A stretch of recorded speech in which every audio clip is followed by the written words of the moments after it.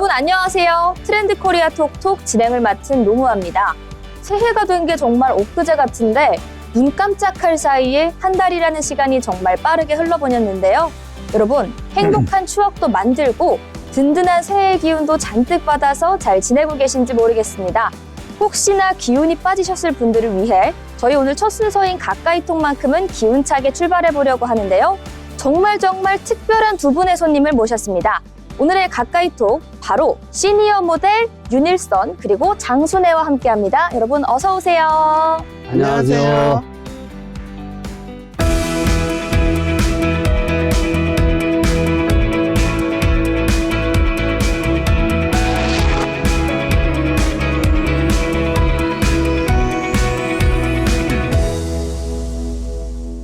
네, 여러분 시니어 모델 두 분과 함께하는 오늘의 첫 번째 특별한 가까이톡 시간입니다.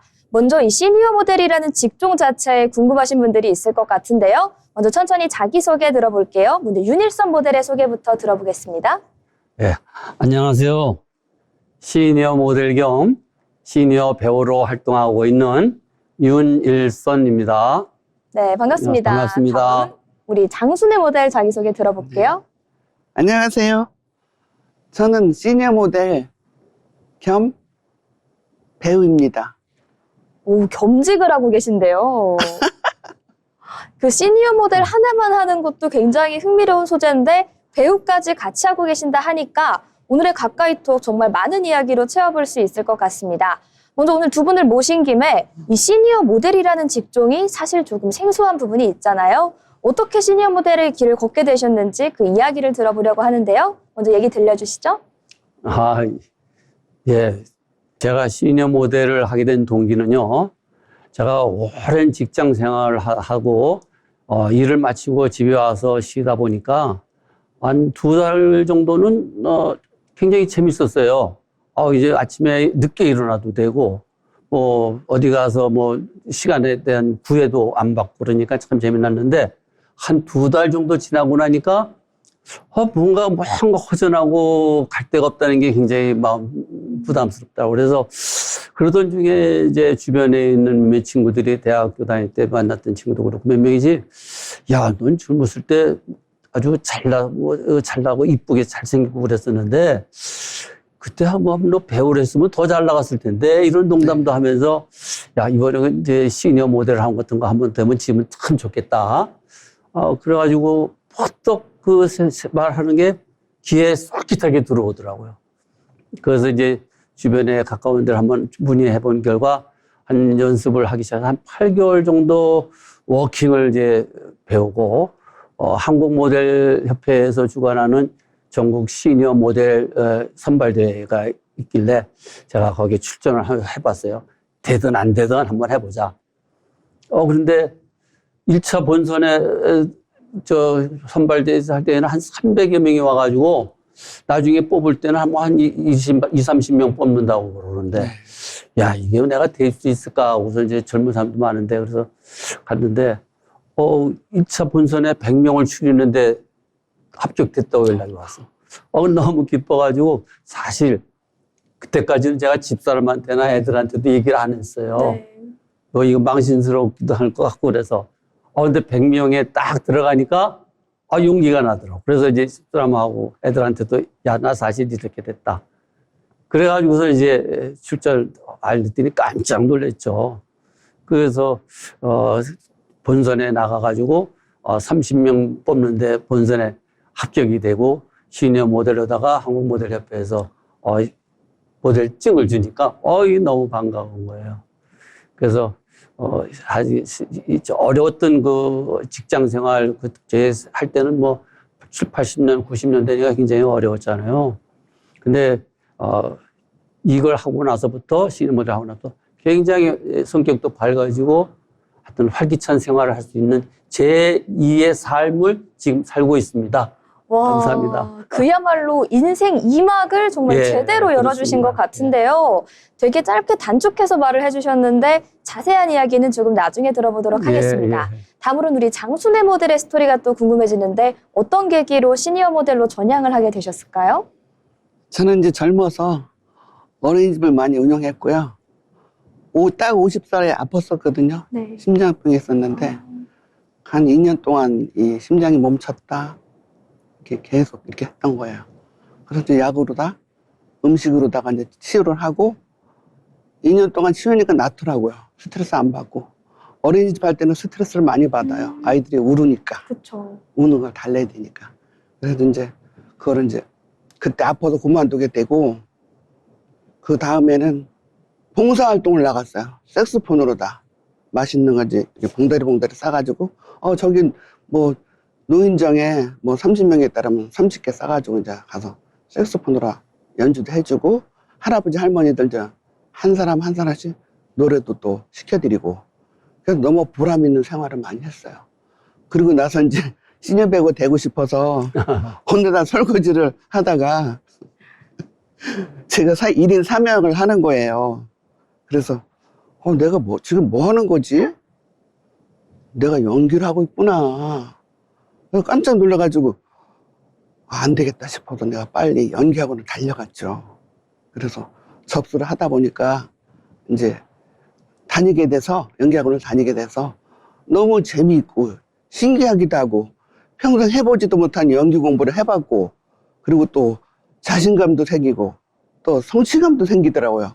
그래서 지금 너무 행복하게 건강하게 잘 살고 있습니다. 배우 역할을 하면서. 네. 중간에 아프셨다는 얘기를 들어서 너무 마음이 아팠었는데 다행히 지금 쾌차하시고 행복한 배우 생활 그리고 모델 생활을 이어나가고 계신다고 합니다.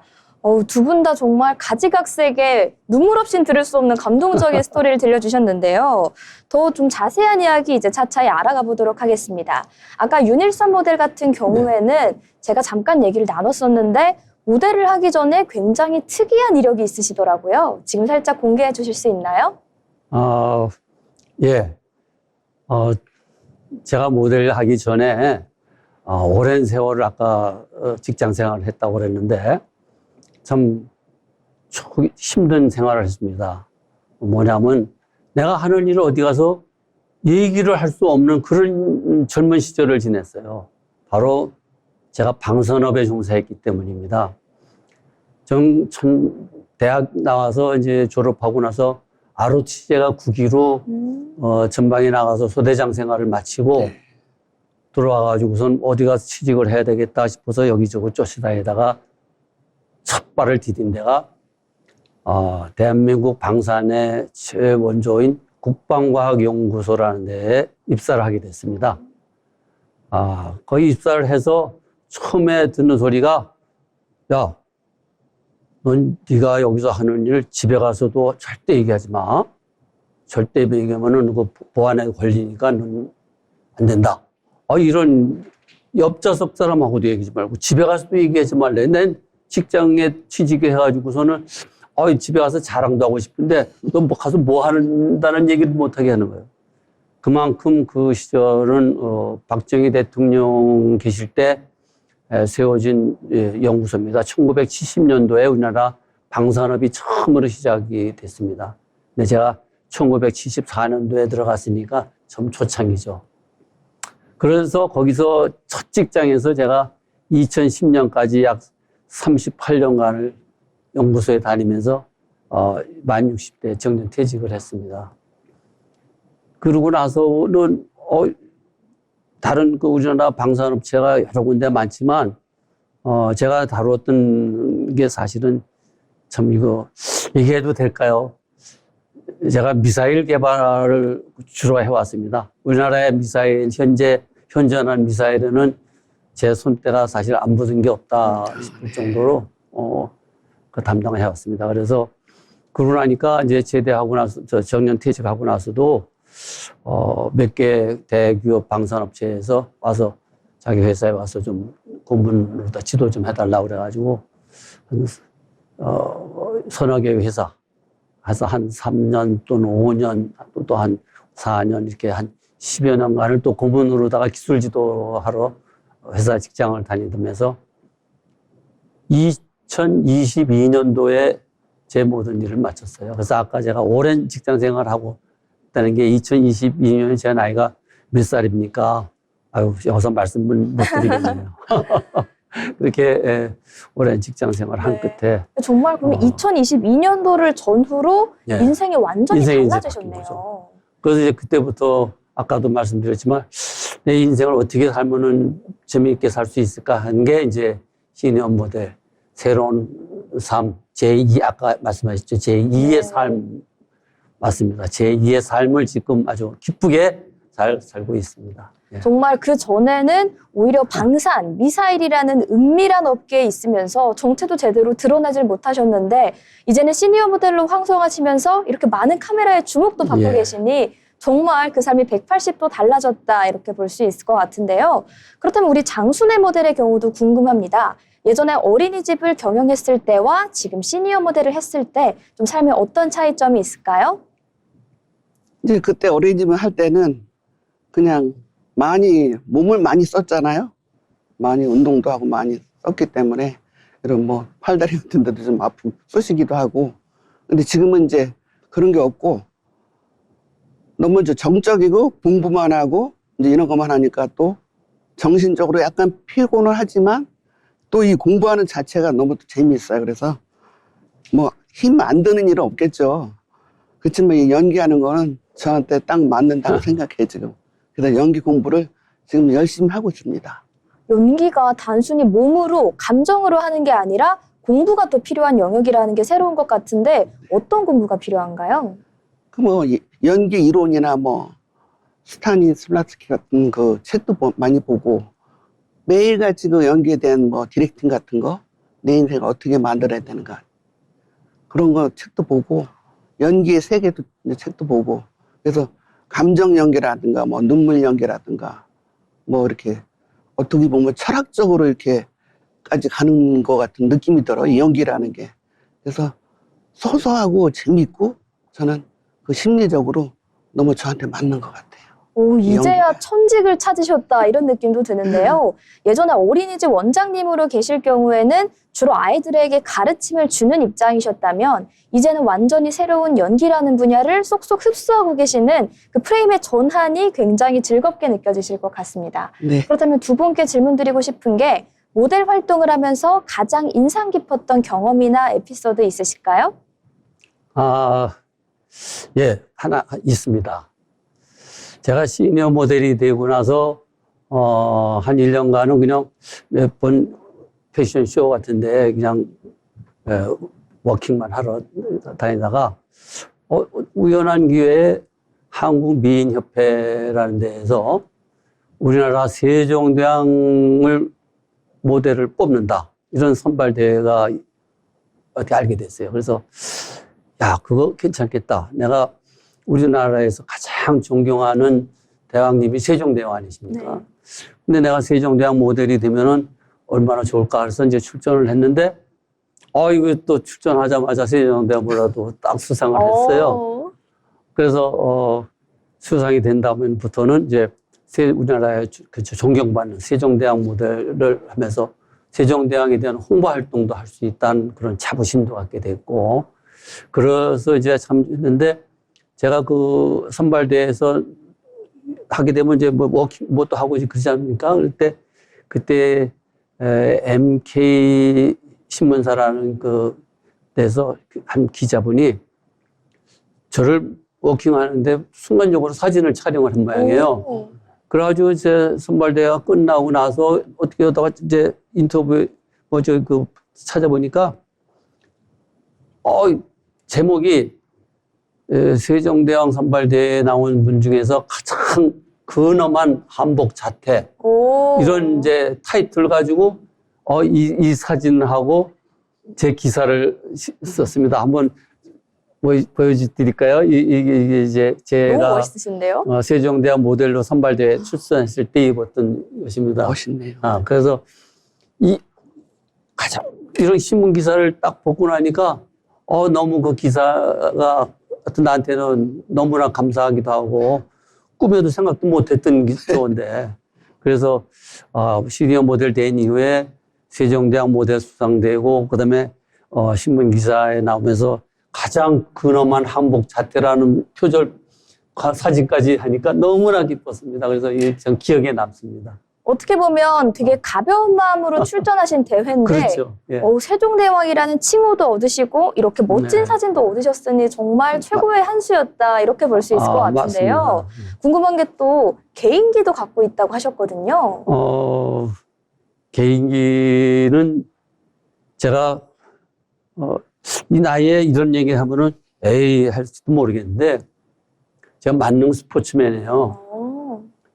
3, 40대는 제가 볼링 선수도 했고 또 4, 50대는 테니스를 굉장히 열심히 많이 쳤고 60대에 들어가서 제가 골프를 배워가지고 직장 내 골프 모임에서 최우수 VIP상도 받고 그래서 만능 스포츠맨으로서 활동을 하면서 하여튼 장남아 친구들끼리 난 동그란 것만 갖고 노는 거는 못하는 게 없어. 그럴 정도로 뭐 당구도 한 300 치니까 잘 치고 그래서 아무래도 제가 지금, 뭐 보여줄 수 있는 건 여기서 스포츠라 너무 무대가 좁은데요. 아무래도 지금 방송을 보고 계신 감독님들 이 만능 스포츠맨 모델 윤일선을 당장 섭외하시는 게 좋지 않을까 이런 생각이 드는데요. 모델이 아닌 배우로도 영역을 넓혀가실 수 있을 것 같다 이런 생각이 드는 것 같습니다. 이렇게 윤일선 모델의 모델을 하면서 가장 인상 깊었던 순간 세종대왕 선발대회라고 말씀을 해주셨는데요. 그렇다면 장순애 모델의 인상 깊었던 에피소드가 궁금한데요. 저는 이제 처음에 배우 되려고 오디션을 보러 갔어요. 네. 근데 한 300명이 왔더라고요. 근데 거기서 8명을 뽑는 거예요. 300명 중에 8명이요? 제가 7번째로 다 당선이 됐거든요. 나는 할 수 있다, 할 수 있다. 막 그러면 춤을 추면서 제가 전철을 타고 집에까지 왔어요. 네. 막 어깨가 해가지고요. 너무 신나는 거예요.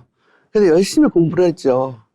그 다음에 이제 1년 정도 되니까 광고를 나가라래요. 오. 먹는 건 이제 온그램 단그램이라는 게 있어요. 먹는 거, 짜먹는 거. 단백질인데. 그거를 이제 가서 광고를 찍으라 해서 대본을 하나 내주길래 그거대로 또 했죠. 그래서 잘했다고. 거기서 그래가지고 한 박스 또 얻어갖고 왔어요. 주더라고. 그래서 잘 먹었죠, 또. 그리고 또 그 연기를 하다 보니까 지금 방금 뭐 죽은 사람처럼 흉내내는 거 있어요. 죽은 사람처럼 연기하는 거. 그것이 가장 어려웠었거든요, 제가. 근데 하다 보니까 죽은 사람처럼은 지금 너무 잘하고 있어요. 비결을 좀 알려주실 수 있나요? 비계요? 네. 그냥 TV에서 보면 쓰러져도 죽는 사람 많이 나오잖아요. 그것처럼 그냥 하면 돼요. 그냥 툭 쓰러지면 죽을 척하면 돼요. 힘 빼고. 그래서 너무 재밌고요. 지금 또 다른 연기, 뭐 다양한 연기를 많이 배우고 있고요. 그래서 너무너무 재밌어요, 지금요. 우리 장순애 모델이 인생을 진심으로 즐기는 그 에너지가 저한테까지 전달이 돼서 굉장히 긍정적인 기운 우리 시청자분들에게도 전달해 드릴 수 있을 것 같은데요. 그 죽은 사람 연기 말고 또 다른 개인기가 많다고 제가 들었습니다. 개인기요? 뻐꾸기 소리 한번 내볼까요? 한번 들려주세요. 조금 있으면 봄이 오니까 그렇죠. 뻐꾸기가 이제 좀 오를 거예요. 한번 내볼게요. 네.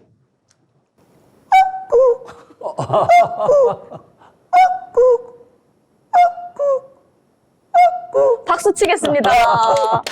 저희 가까이톡에서 되게 많은 분들이 개인기를 네. 선보이셨는데 제가 알기로 뻐꾸기 소리는 처음인 것 같거든요. 저기 옆에 초록색 크로마키도 있고 하다 보니까 지금 산에서 네. 지금 뻐꾸기 한 마리 온 거 아니야? 이런 생각이 들었습니다, 제가. 그래서 저는 그런데? 산에 가서 뻐꾸기 소리를 많이 듣고 새소리도 많이 듣고 자연과 많이 접하고 있어요, 가끔은. 똑같으네요. 연기 생활하는데 많이 도움이 되더라고요. 이게 아무래도 앞으로도 다양한 경험이 있으신 분들이니까 이 다양한 경험과 연륜을 가까이톡 이 시간을 제대로 활용을 해주시는 것 같다 이런 생각이 드는데요.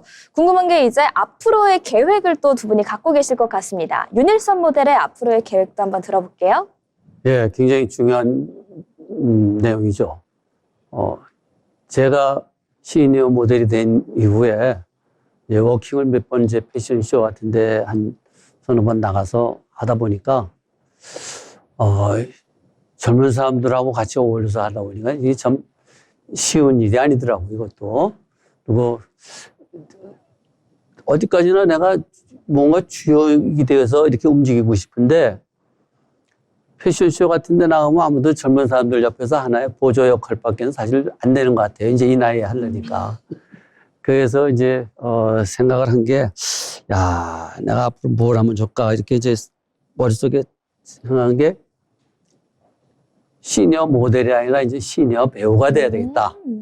그래가지고 제가 아는 지인 중에 한 분이 80년대에 왕릉일가라는 드라마를 혹시 기억하십니까? 그건 모르겠죠. 모르겠지만 우리 네. 조 선생님은 아실지 모르겠는데 왕릉일가라는 드라마를 연출해서 대한민국의 최고 연출가상을 받으신 이종환 연출가님을 제가 잘 알아요. 그분하고 또 그래서 그분한테 연락을 해가지고 연기 좀 배우고 싶다. 그래서 제가 좀 했더니 연극을 배우려면 연극을 먼저 하자고 그래가지고 팀을 만들어줬어요. 네. 그래서 한 5명 정도의 이제 팀을 만들어서 그 대본도 이종환 선생님이 만들어져가지고 5명이 할 수 있는 그 드라마 연극을 해서 이거 한 5, 6개월 연습해가지고 가을쯤에 대학로에 가서 한번 해보지 않겠냐고 그래요. 그래서 그래 한번 해봅시다. 뭐 못할 게 어딨냐. 그래가지고서 이제 시작했는데 5명이 이게 끝까지 가야 되잖아요. 그렇죠. 근데 한 3개월 하는데 2명이 못 하겠다는 거야. 그러니까 3명이 이걸 할 수도 없고. 그 얘기를 듣자 보니까 조만간 우리 윤일선 모델을 결국엔 브라운관에서 보게 될 것 같다 이런 생각이 들더라고요, 제가. 그랬습니까? 네, 아까 너무 이제 모델로 커리어를 시작하시긴 했지만 외모도 너무 배우 필이 나시기 때문에 조만간 트렌드 코리아 톡톡 방송을 시작으로 다양한 방송에 섭외돼서 이제 연극이든 드라마든 브라운관에서 볼 수 있기를 제가 진심으로 응원하도록 하겠습니다. 아이고 감사합니다. 드라마에서 꼭 좋은 연기 보여주시도록 지금도 연기력을 향상시키기 위해서 많이 노력하고 있습니다. 네, 감독님들 주목해 주시고요. 다음으로는 이제 장순애 모델의 앞으로의 계획 한번 들어보고 싶은데요. 저는 이제 시니어 모델로 앞으로 이제 일단 건강해야 되니까 건강하고 성실하고 그렇죠. 노력하고 또 나만에 맞는 브랜드를 만들어야 되고 저만에 맞는 캐릭터 이런 거를 만들어 갈 것이고요. 또 연기는 또 제 나이에 맞게 또 많이 하고 싶은 게 또 있어요. 그런 연기를 또 하고 싶어요. 어떤 역할을 꼭 뭐, 맡아보고 싶다 이런 거 우리나라의 있으신가요? 그 전형적인 시어머니 있죠? 네. 효도스럽고 무식하고 못 배우고 아주 악랄한 시어머니 역할을 제가 좀 하고 싶어요. 왜냐면 네. 그런 시어머니 밑에도 제가 시집살이를 한번 해봤거든요. 근데 눈물 한 방울도 안 흘렸거든요. 시집살이는 저렇게 시키는 거구나. 이래서 저도 그걸 또 물려받아서 우리 며느리한테는 안 시키지만 이렇게 해서 연기를 하고 싶은 거예요, 저는. 아무래도 그 전에 경험이 있기 때문에 정말 희노애락이 담긴 진정한 연기를 선보이실 수 있을 것 같은데요. 오늘은 이렇게 윤일선, 장순애 두 분의 시니어 모델과 함께 즐거운 이야기를 나눠봤습니다. 모델이라는 장르보다 시니어 모델이라는 직종은 생각보다 굉장히 신선하고 그 이상으로 깊은 이야기를 담고 있다 이런 느낌이 들었는데요. 오늘 이 흥미로운 이야기와 에너지가 지금 시청자분들에게도 그대로 전달될 수 있도록 저희가 항상 응원하고 저희는 다음에 조금 더 재미있는 이야기로 돌아오도록 하겠습니다. 오늘 이렇게 두 분과 함께했습니다. 지금까지 가까이톡이었습니다.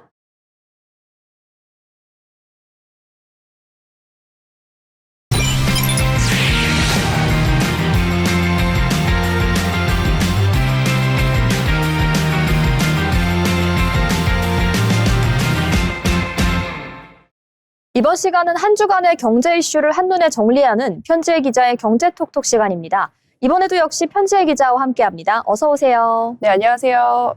네, 이번 주 증시의 흐름 살펴보도록 하자면 이번 주 증시는 상승 속에서도 그 상승과 반동이 반복되는 흐름이었습니다. 이런 변동성 장세 속에서 투자자들의 위험 부담은 당연히 함께 커지고 있는 상황인데요. 빚을 내서 투자하는 B2의 규모가 사상 처음으로 30조 원을 넘어섰습니다. 네, 그렇습니다. 증시가 급등하면서 빚을 내서 투자하는 이른바 B2 규모가 사상 처음으로 30조 원을 넘어섰습니다. 네, 금융투자협회에 따르면 지난달 말 기준 신용거래융자 잔고, 그러니까 투자자가 증권사에서 돈을 빌려서 주식을 사고 아직 갚지 않은 금액이 30조 원을 돌파했다고 하는데요. 최근 들어서 증가 속도가 더 빨라졌다고요? 네, 불과 1년 전만 해도 16조 원대였는데 1년 만에 거의 2배 가까이 늘어난 셈입니다.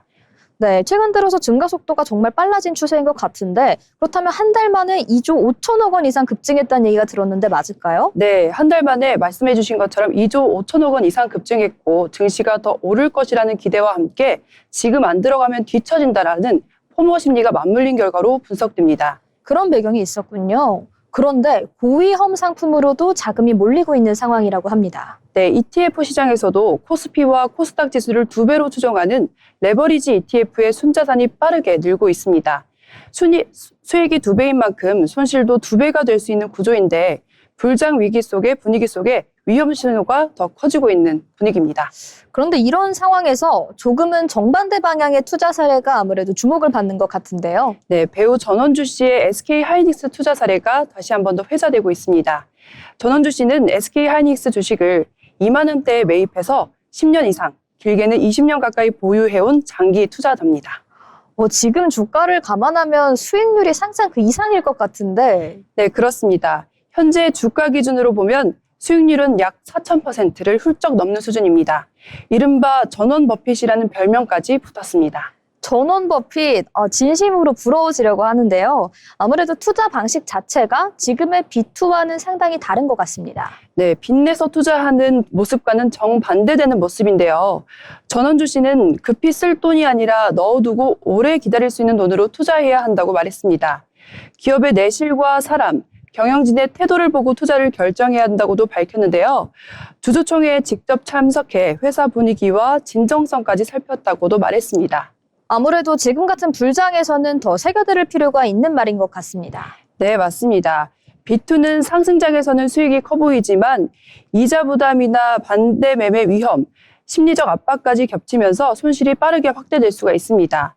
전원주 씨의 사례는 얼마나 빨리 벌 것인가 보다 어떤 돈으로 얼마나 버틸 수 있는가가 투자 성패를 가른다는 점을 보여줍니다.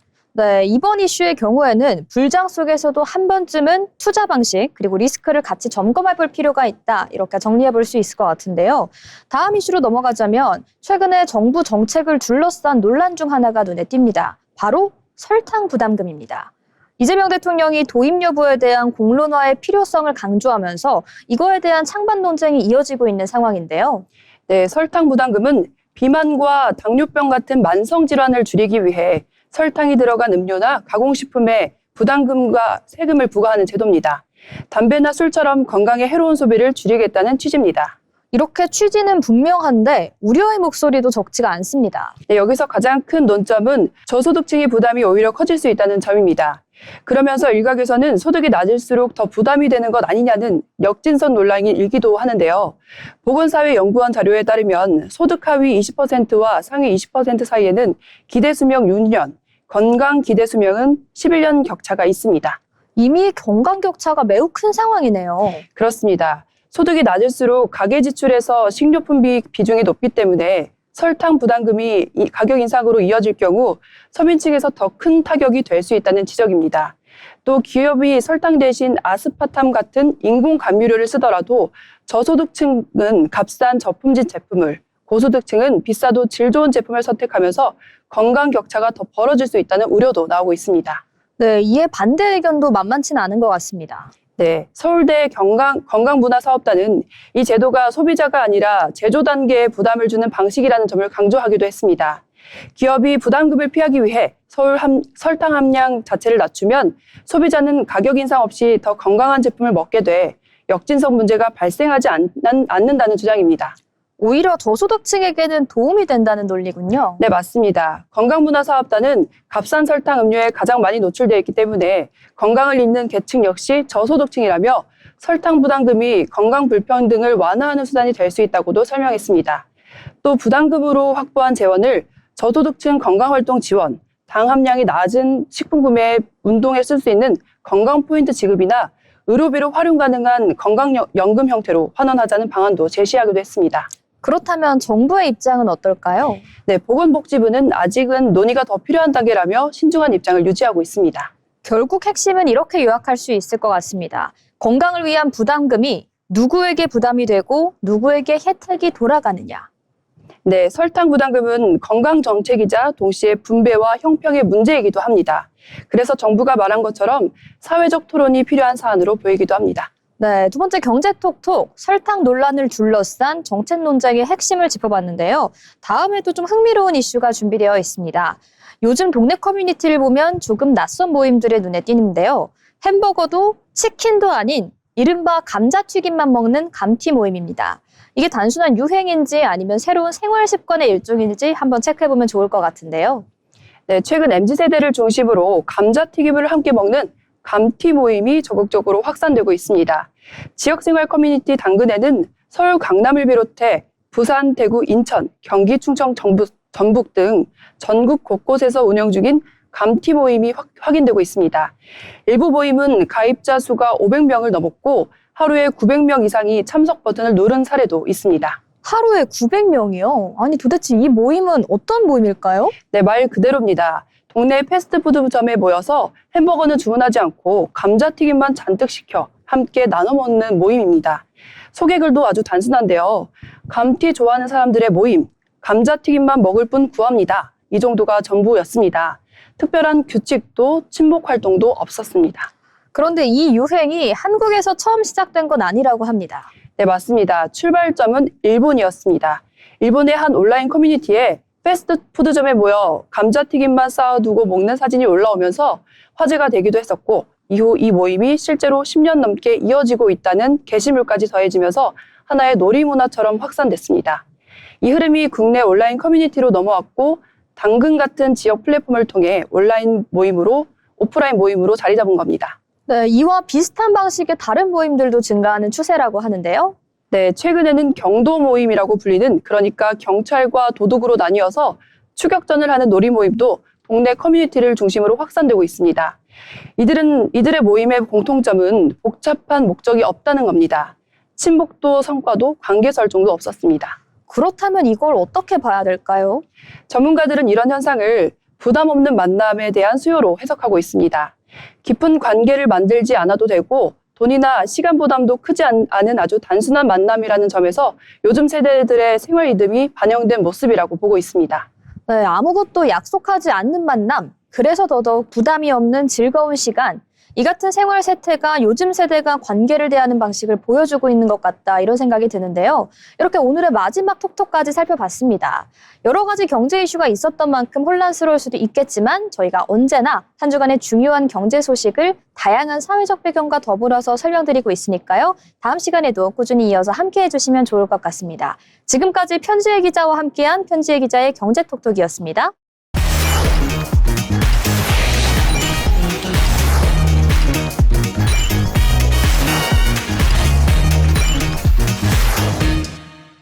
이번 시간은 대한민국의 부동산 흐름을 짚어드리는 마켓 트렌드입니다. 오늘도 문민지 아나운서와 함께합니다. 어서 오세요. 네, 안녕하세요. 네, 오늘은 집을 고를 때 가장 많이들 고민하는 기준이죠. 집의 방향, 남향에 대한 기준을 말씀드려 보도록 하겠습니다. 집을 볼 때 그래도 남향이 좋지 않냐 이런 이야기들 많이들 하는데요. 하지만 실제로 살아보면 이 집의 방향 하나로만 결정되지가 않습니다. 그래서 오늘은 방향보다 더 중요해진 기준을 실거주 관점에서 짚어보도록 하겠습니다. 그래도 남향이 좋지 않나? 제가 항상 하는 생각인데요. 사람들이 남향이 좋다고 느끼는 그 이유는 무엇일까요? 네, 이유가 분명히 있습니다. 아무래도 햇빛이 그동안 비교적으로 고르게 들어오고요. 그리고 겨울에는 따뜻하고 그리고 실내가 밝게 느껴지기 때문인데요. 특히 채광은 생활 전반적으로 이 쾌적도를 좌우하는 중요한 요소가 되기도 합니다. 네, 그런데 요즘에는 그 집을 선택하는 기준이 달라졌다 이런 말씀이시겠죠? 네, 맞습니다. 아무래도 요즘에 집에 머무르는 시간이 각자 늘어나고 있는 추세죠. 그렇다 보니까 하루 종일 공간이 어떻게 느껴지는지가 더욱더 중요해졌습니다. 그래서 최근에는 방향보다 채광의 질, 그리고 통풍의 구조라든지 창의 위치 같은 요소들을 함께 보는 흐름이 강해졌습니다.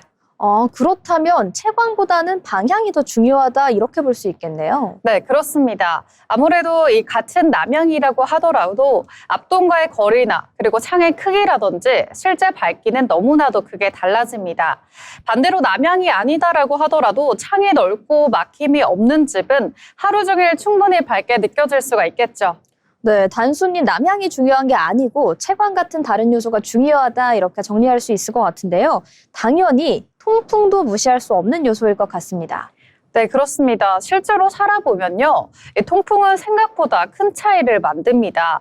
맞통풍이 가능한 구조인지 아니면 창이 한쪽에만 몰려있지 않은지에 따라서 계절과 상관없이 집의 쾌적도가 바뀌게 되겠죠. 그렇다면 방향마다 그 계절의 방향이 체감이 다를 것 같은데요. 네, 맞습니다. 아무래도 남향이 여름에는 햇볕이 부담스러울 수가 있겠고요. 그리고 서향은 오후에 실내 온도가 올라갈 수가 있습니다. 반면 동향은요, 아침 햇살이 들어오기 때문에 생활 리듬이 잘 맞는 경우가 많습니다. 그래서 결국 중요한 건 내 생활과의 궁합이 되겠습니다. 그렇다면 집을 볼 때 우리는 어떤 질문을 던지면 좋을까요? 네, 이 질문은 꼭 해보셨으면 좋겠습니다. 이 집은 하루 동안 어떤 빛과 바람을 만나게 될까? 짧은 방문 시간만 보지 마시고요. 하루의 흐름을 상상해보고 또 누려보는 게 중요할 것 같습니다. 그러면 남향이 아니면 불리한 선택일까요? 네, 꼭 그렇지는 않습니다. 아무래도 채광과 통풍이 잘 설계된 집이라면요. 방향과 상관없이 충분히 쾌적한 생활이 가능합니다. 요즘은 남향이라는 조건보다도 살기 편안한 환경이 더욱더 중요시되고 있습니다. 네, 오늘은 이렇게 남향이 전부는 아니다 관련된 주제로 집을 고를 때 중요한 기준들을 여러 가지 알아봤는데요. 오늘 나눴던 이야기를 한 문장으로 정리한다면 어떻게 될까요? 네, 여러분들께 세 가지로 정리를 도와드리도록 하겠습니다. 먼저 첫 번째로는 채광이 충분한지, 그리고 두 번째로는 통풍이 이제 불편함이 없는지, 그리고 세 번째로는 계절에 대한 불편감이 없는지, 이 모든 것들을 아울러 봤을 때 우리가 이 기준만 충족된다면 더 이상 방향에 대한, 이 남향에 대한 고민은 줄어들 수가 있겠습니다. 결국 남향은 전부가 아니다 이런 말에 대한 대답이 오늘 충분히 된 것 같습니다. 네, 그렇습니다. 집의 가치는 어느 쪽을 향하고 있냐보다 내가 집에서 얼마나 편하게 누리느냐 그런 것들이 훨씬 더 중요합니다. 그래서 남향이 중요한 게 아니라 내 생활에 맞느냐 그런 것들을 보시면 될 것 같습니다. 네, 이렇게 남향이 중요한 게 아니고 결국에는 채광과 통풍 그리고 계절별 불편함이 가장 중요하다 이런 얘기를 해보았는데요. 그렇다면 오늘 만족도에 관련된 얘기를 정리해본다면 어떻게 될까요? 네, 집의 만족도는 방향이 아닌 빛과 바람에 따라서 결정될 것 같습니다. 네, 여러분 기억하셨죠? 단순히 남향이라는 두 글자에 현혹되는 것이 아니고 이제 집의 만족도는 빛과 바람의 질, 방향이 중요하다는 점 한 번 더 기억하시면 좋을 것 같습니다. 집을 보는 기준이 아예 달라진 느낌인데요. 네, 맞습니다. 집을 볼 때 이제는 우리가 방향에 따라서 새로운 접근이 가능할 것 같습니다. 우리가 집 안에서 어떤 하루를 보내는지가 너무나도 중요하겠죠. 그래서 남향이라는 단어보다도요, 우리가 그 공간에서 얼마나 편안함과 안락함을 누릴 수가 있는지 그 일상을 떠올려 본다면 내 집 선택하는 데 훨씬 더 쉽게 선택하실 수가 있을 겁니다. 네, 오늘은 이렇게 집의 방향 그리고 방향보다 중요한 그 기준에 대해서 알아보는 시간 가졌습니다. 저희는 다음 시간에도 여러분의 부동산 선택에 도움이 되는 알찬 이야기로 돌아오도록 하겠습니다. 지금까지 문민지 아나운서와 함께한 마켓 트렌드였습니다.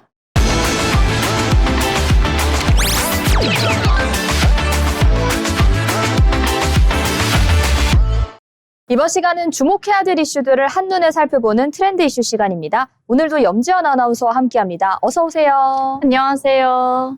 네, 애니메이션 영화 K-팝 데몬 헌터스의 주제곡이죠. 골든이 또 한 번 새로운 역사를 썼습니다. 세계 최고 권위의 대중음악 시상식인 그래미에서 바로 K-팝 최초로 수상을 해내는 쾌거를 이뤘는데요. 세계 음악 시장에 K-팝의 존재감을 제대로 각인시켰다는 평가가 나오고 있습니다. 네, 맞습니다. 1959년부터 시작된 유서 깊은 그래미의 오프닝 무대는 블랙핑크 로제의 몫이었습니다. 브루노 마스의 기타 연주에 맞춰 미국 팝스타들이 아파트를 함께 부르며 시상식 무대를 달궜는데요. 일찌감치 수상이 예견됐던 K-팝 데몬 헌터스의 주제가 골든이 영상 미디어 부문 최우수 노래상을 거머쥐었습니다. 골든을 비롯해 로제의 아파트도 6대 본상에 해당하는 올해의 노래 등 3개 부문 후보에 당당히 이름을 올렸고 캣츠아이는 신인상 후보 등으로 지명돼 세계 음악 시장의 눈도장을 확실히 찍었습니다. 네, 한국에 나온 세계적인 보이그룹 바로 방탄소년단 역시 3년 연속 실패한 이 그래미상을 골든이 수상하면서 이제 K-팝은 까다롭기로 소문난 우리 미국 주류 대중음악계의 험난한 시험대도 통과했다는 평가를 받고 있는데요.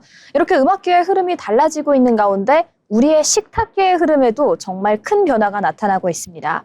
빵플레이션, 슈가플레이션이라는 말이 나올 정도로 몇 년 동안 밀가루와 설탕 값이 정말 많이 올랐는데요. 그런데 이 같은 현상에도 다 이유가 있었다고 합니다. 네, 대한제분과 CJ제일제당, 사조동아원 등 세계 기업이 전체 밀가루 시장의 75%를 차지하고 있습니다. 검찰이 수사해보니 이들 기업이 5년 9개월 동안 서로 가격을 맞춰 올렸던 것입니다. 이렇게 2020년 1월부터 이뤄진 밀가루값 담합 규모만 무려 5조 9,913억 원인데요. 물가 상승률보다 밀가루값이 더 올랐고 한 번 오른 가격은 내리지도 않았습니다. 수사가 시작되자 증거를 없애며 너무 많이 지우면 증거인멸로 갈 것 같다고 한 메시지도 발각됐습니다. 검찰은 밀가루값 담합에 동참한 혐의로 6개 법인과 법인 대표이사, 임직원 등 20명을 재판에 넘겼습니다. 네, 이렇게 먹거리 물가를 둘러싼 유통 질서의 문제가 이어지고 있는 가운데 이번에는 의약품의 판매 방식을 둘러싼 논란도 이어지고 있습니다. 약을 대량으로 들여와서 저렴하게 파는 창고형 약국 들어보셨나요? 이 같은 방식이 이제 서울에도 들어섰는데 지연 아나운서와 함께 자세한 소식 알아보도록 하겠습니다. 네, 창고형 약국에는 처방 없이도 구입할 수 있는 일반 의약품뿐만 아니라 진단과 처방이 필요한 전문의약품 조제실도 있습니다. 일반 의약품만 판매하는 1호점과는 달리 전문의약품까지 취급하는 겁니다. 창고형 약국 측은 다른 창고형 약국에서 문제가 됐던 감기약 대량 구입을 막아놨고 약사 여러 명이 복약 지도를 하고 있어 의약품 오남용을 걱정하지 않아도 된다는 입장입니다. 하지만 약사계의 시선은 여전히 곱지 않습니다.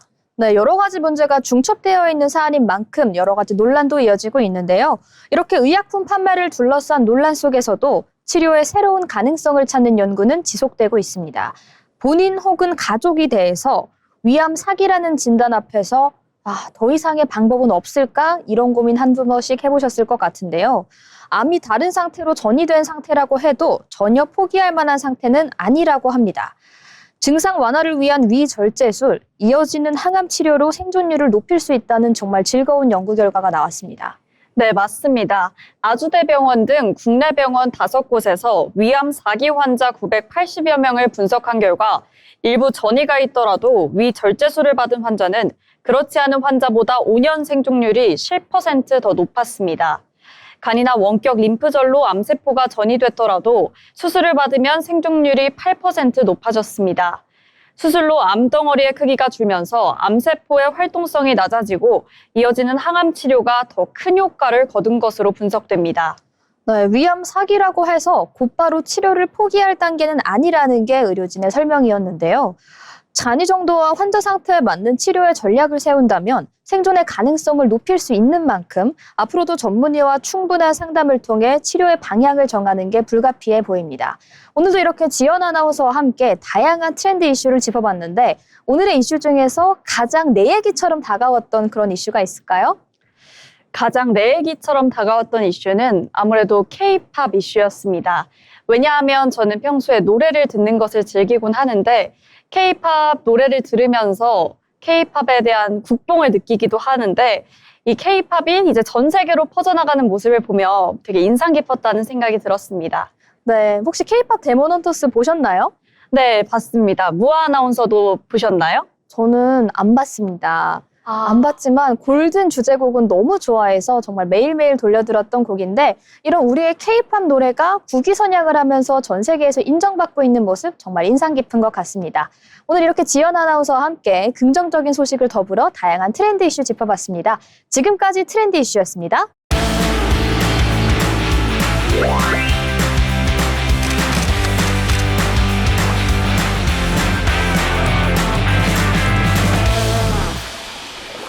이번 시간은 전국의 축제와 맛집 전시 그리고 핫플레이스를 소개해드리는 어디 갈까 시간입니다. 오늘도 전승현 아나운서와 함께합니다. 어서 오세요. 안녕하세요. 승현 아나운서 오늘은 어디로 떠나볼까요? 네, 이번 달에는 무슨 팝업이 열릴까? 성수동 하면 팝업 스토어가 떠오르는데요. 막상 가보면 어디부터 가야 할지 모르겠고 걷다 보면 사람들이 몰린 곳은 다 이유가 있습니다. 요즘 성수에서 그 이유가 되는 건 대부분 팝업 스토어인데요. 잠깐 열리고 짧게 즐기고 대신 기억에는 오래 남는 공간입니다. 그래서 오늘은 2월 성수에서 열리고 있는 팝업 중에서 몇 가지만 골라 소개해드리겠습니다. 오늘은 2월의 성수로 함께 떠나보시죠. 너무 좋은 주제인 것 같은 게 요즘 성수동을 가면 팝업 스토어들이 워낙 많아서 어떤 곳을 골라가야 되는지 헷갈리더라고요. 그래서 오늘은 지금 가면 좋은 곳들만 골라서 정리해 주신다고 합니다. 네, 그렇습니다. 첫 번째는 어른들의 가슴까지 뛰게 하는 레고 코리아입니다. 레고는 아이들의 장난감을 넘어서 최근에는 어른을 위한 인테리어, 선물용 라인업까지 영역을 넓히고 있는 브랜드인데요. 네, 팝업 기간은 2월 5일부터 18일까지고요. 장소는 성수 무신사 스토어 대림창고에서 열립니다. 이번 팝업은 레고의 보테니컬 컬렉션, 꽃과 식물을 컨셉트로 한 제품들이 중심이고요. 레고 장미를 직접 만들어보는 체험 프로그램과 완성된 작품으로 포토존 촬영까지 가능합니다. 발렌타인 시즌 컨셉트 공간 연출과 단순 전시가 아니라 직접 만들고 경험하는 팝업이라 데이트 코스로도 많이들 찾고 있습니다. 레고가 사실 남녀노소가 즐길 수 있는 취미인 만큼 어떤 분들이 가셔도 즐거운 추억 쌓으실 수 있을 것 같은데요. 이번에는 뷰티 팝업입니다. 색조 제품으로 유명한 브랜드인 것 같은데 네, 두 번째는 색조 뷰티 브랜드죠. 네이밍입니다. 네이밍은 발색이 쉽고요. 데일리로 쓰기 좋은 컬러감으로 젊은 층에서 특히 인기가 많은 브랜드인데요. 팝업 기간은 2월 4일부터 12일까지, 장소는 성수 올리브영 N에서 진행됩니다. 현장에서는 네이밍 2026년 봄 시즌 신제품 컬렉션이 제공되고요. 립 아이 메이크업 제품 현장 발색 테스트까지 가능합니다. 직접 발라보며 컬러와 질감 비교까지 가능하고요. 마음에 드는 제품은 현장 구매도 가능합니다. 봄 메이크업을 미리 준비하고 싶은 분들께 도움이 되는 팝업이죠. 저는 이걸 듣고 당장 가봐야겠다라는 생각을 한 게 평소에도 메이크업에 관심이 많거든요. 네. 이처럼 코스메틱 분야에 관심이 많은 분들께서는 이번 네이밍의 팝업 절대 놓치시면 안 될 것 같은데요. 다음 팝업은 스킨케어 쪽입니다. 네, 마지막은 클린뷰티 스킨케어 브랜드죠. 온그리디언츠입니다. 성분을 중요하게 보는 소비자들에게 꾸준히 주목받고 있는 브랜드인데요. 팝업은 현재 진행 중이며 2월 23일까지 진행되고 장소는 성수 연무장길 일대입니다. 현장에서는 온그리디언츠 베스트셀러 스킨케어 라인 체험을 할 수 있고요. 제품별 제형과 사용감까지 직접 비교해 볼 수 있습니다. 방문 고객 대상 샘플 증정과 이벤트에 참여하시면 기프트백이 제공되고요. 구매 여부와 관계없이 체험만 해도 제공되니까요. 부담 없이 들러서 써보고 판단할 수 있는 팝업입니다. 네, 성수의 팝업 스토어들은 잠깐 열렸다가 사라지기 때문에 미리 알고 가지 않으면 그냥 지나치기 쉬운 공간들이죠. 하지만 알고 가면 보고 즐기고 생각보다 챙겨오는 것들이 많은데요. 2월 성수에서 열리고 있는 팝업들 이번 주말 일정에 하나쯤 넣어보셔도 좋을 것 같습니다. 네, 아는 만큼 보인다 이런 말이 있죠. 그냥 모르는 상태로 성수에 간다면 이렇게 정신없는 곳들은 뭐지? 이렇게 하고 지나치실 수 있지만 오늘 어디 갈까 해서 소개해드린 것처럼 세 가지의 알짜 팝업 스토어 꼭 생각하신다면 좋은 시간 보낼 수 있을 것 같습니다. 오늘 이렇게 전승현 아나운서와 함께 성수의 팝업 스토어에 대해서 알아봤습니다. 지금까지 어디 갈까였습니다.